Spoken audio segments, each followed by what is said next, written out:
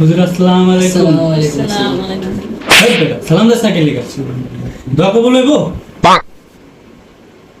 আমি হুজুর কথা হইলো যে আমি বেটা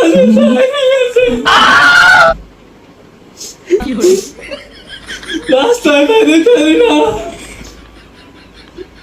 চারটা দুইটা সাতটা বেরোতে নাই।